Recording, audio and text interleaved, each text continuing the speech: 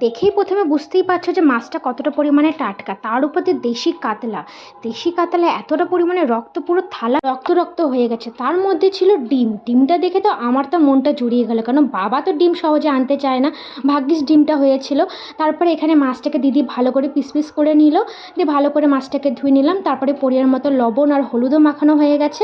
তারপরে এখানে কিছুটা পরিমাণের মশলা রেডি করে নিচ্ছে, যেমন আদা, জিরে, রসুন, শুকনো লঙ্কা, এগুলো দিয়ে ভালো করে শিলনোড়ায় মশলাটাকে রেডি করে নিলাম।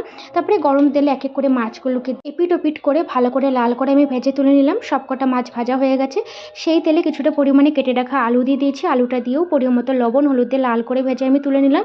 তারপর সে করে দিয়ে দেবো কাটা মশলা, একটা দারচিনির টুকরো, পরিমাণ মতো লবণ, হলুদ, এগুলো দিয়ে হালকা নাড়াচাড়া করে কিছুটা কাশ্মীরি লঙ্কার গুঁড়ো দিয়ে দিয়েছিলাম। তারপরে মশলা ভালো করে কষিয়ে নেবো।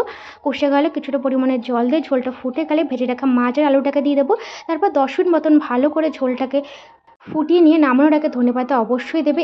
এইভাবে সিম্পল পদ্ধতিতে রান্না করে খেয়ে দেখো, দেশি কাতলা মাছের ঝোল সব থেকে বেশি ভালো লাগবে খেতে। ভিডিওটা ভালো লাগে লাইক করে